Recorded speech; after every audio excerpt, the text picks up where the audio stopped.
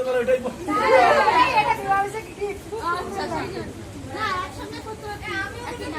এটা কি দুটো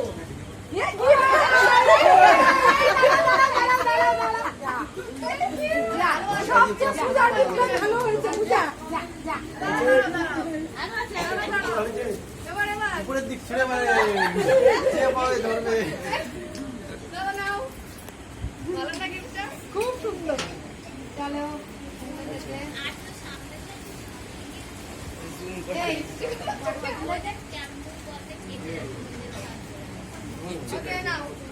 ওই মোড়টা দিতে কদিন পরে যাচ্ছে কেকটা রেডি করো